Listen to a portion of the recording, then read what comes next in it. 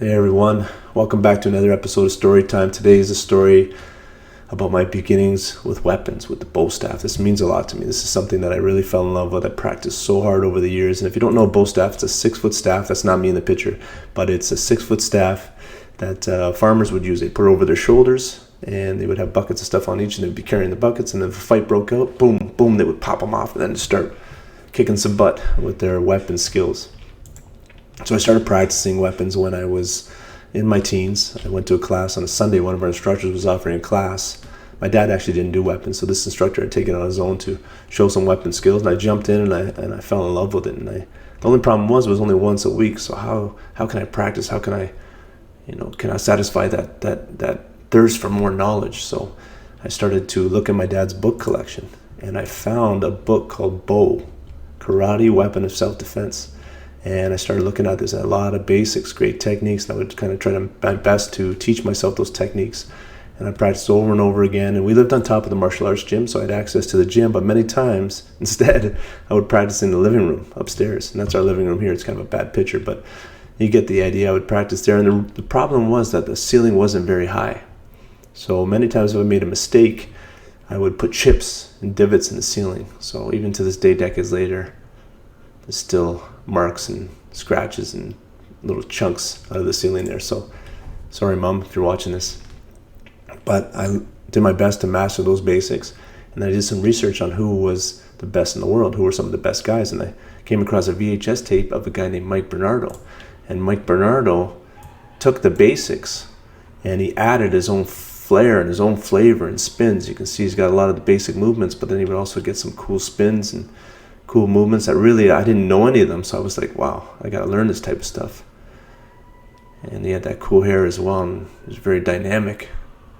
So I started practicing all the time, studying his moves. And this was kind of the beginning of my ability to reverse engineer things. And this helped me a lot in boxing and Muay Thai and wrestling and jiu-jitsu and in the future. So I was able to watch his moves, go practice, kind of have it, go back, watch again, go back, be a little bit better, and then just keep that process up until I had learned everything that I could. I didn't go much out at the time. I didn't have any girlfriends. I chose the bow staff over a lot of social stuff, but I don't know, it just made me happy to do that type of stuff, to practice. I'm not going to lie, back when I was yellow and orange belt, I was a pretty badass. I was very, very intimidated. Well, wait a minute, who put my picture up there? I was lying, obviously. So it's funny, you always feel like you look tougher than you did back then, so yeah, it wasn't that intimidating. So I kept practicing and doing a lot of tournaments. I accomplished some pretty cool things. And when I was a green belt, I won the world championship. That was my first big one, a big victory in the weapons. And I went on a run where I won 36 tournaments in a row. I never counted at the time, but looking back now, I was kind of look at the stats, and it was pretty wild. I remember my opponents used to always ask me, "Did you sleep with that bow?" I was like, of course. No, I didn't. I was just smiled and nodded. But I did train a lot. And I think that was the key to getting better. Who would have thought? Lots of practice, and ended up getting my black belt in 1996 and started competing in the bigger tournaments against my idols and different guys, the big dogs. So I ended up winning the Chicago Open. That was a huge one. I won some cash. So as a broke teenager, $200 US. Meant a lot. And a couple funny things happened along the way. I remember one time at a tournament, I dropped my bow, and normally you lose right away, but I had this move where I could flick it up really quick if I dropped it. I'd done many times in practice. So my instincts kicked in. I flicked it on my foot, pulled it up, boom, snapped it in my hand, and it kept going right away. And I'm getting first place somehow. I don't think I deserved that, but the judges still gave me first place. Another time, I was spinning the bow around downstairs by myself in the basement in the gym, and I smashed my face so hard. I cut my face open. I honestly thought it hit me so hard I thought someone punched me. Until I looked around and I realized I was the only one in the gym. And the third one that pops out of my mind, I remember I was practicing, we had fluorescent lights, and I spun the bow, and pow, and it shattered this light all around me, 360, all this glass. And I looked down and I'm barefoot. So I'm like, okay, what am I going to do here? I'm stuck. And so I started screaming. It took me 10 minutes to get my mom's attention when she was upstairs in the kitchen, and she ended up coming down and bringing me a pair of shoes. So those are a couple memories that stick out in my head.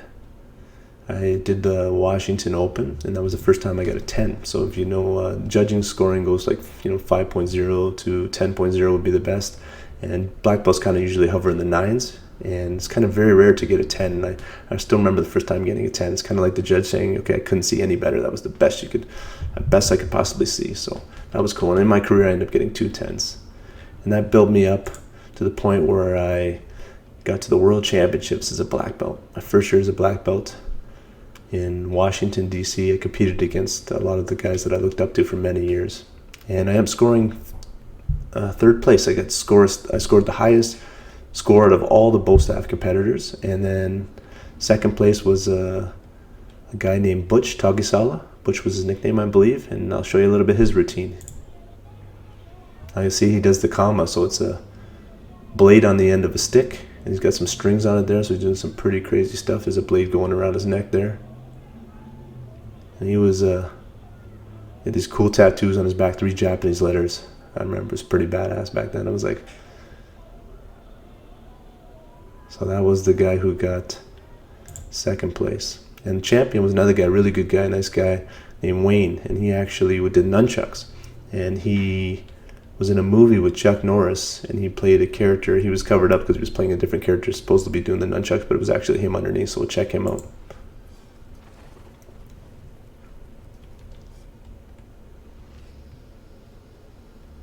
So he was really quick. So he ended up getting the first place. And so I got third place in the tournament, and the next day, a lady came up and asked me, I guess there was a little bit of a buzz going around about what I did with the Bowstaff in the regular division.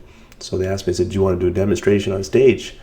But if you watch my last video, when I hurt my eye, I ended up breaking my orbit bone in the finals. So I couldn't see straight. The whole room was clear in one eye and perfectly normal. And then my broken eye, I think it was this one, was on an angle. So it was perfectly clear, but it was on an angle. So I could not see. So I really had to think about it. I was nervous, but I'd practiced so hard. I'd practiced this routine over and over again, every single day, forward, this way, 8 different directions. I could do it with my eyes closed. And that's why I decided eventually, okay, let's try this, even though I can't see properly, and just hope and pray that I don't fall off the edge of the stage.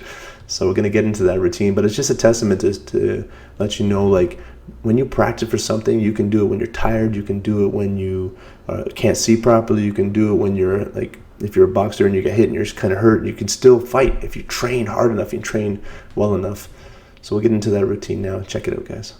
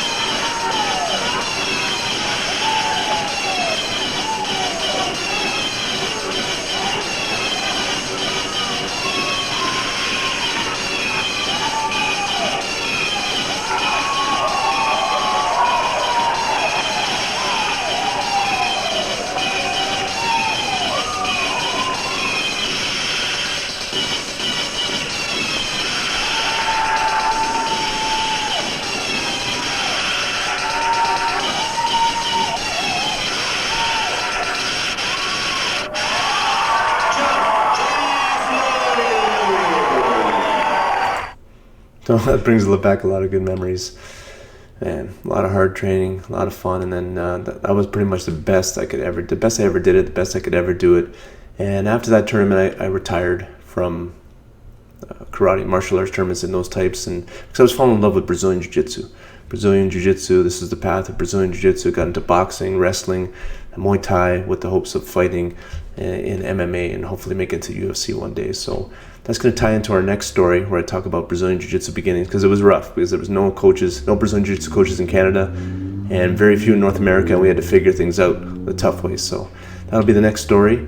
But to finish up, I'm going to tell you a funny story. As I remember after this tournament, I met my wife, so she was my girlfriend at the time, and I took her to a demonstration. I actually still did a demonstration, even though I'd retired from tournaments. I did a demonstration, showed my bow staff on stage at a local festival, and all of a sudden I bust out the move, pop, pop, pop, pop, pop, pop, pop, pop, showing all the speed, and all of a sudden she was like, "What the heck?" Because I'm kind of quiet and kind of slow moving in general, and all of a sudden all that speed got her all interested. So I think Napoleon Dynamite was right in the quote that he said that girls like guys with skills. So let's check it out. We'll close with that. I'll be right back. Nobody's gonna go out with me. Have you asked anybody yet? No, but who would? I don't even have any good skills. What do you mean? Like nunchuck skills, bow hunting skills, computer hacking skills. Girls only want boyfriends who have great skills. Nobody's... Alright, so you heard it, guys. You heard from the man himself, Napoleon Dynamite. Get out there, get those skills, work hard, and love will follow, my friends. So thanks for tuning in, and I'll catch you in the next episode of Storytime.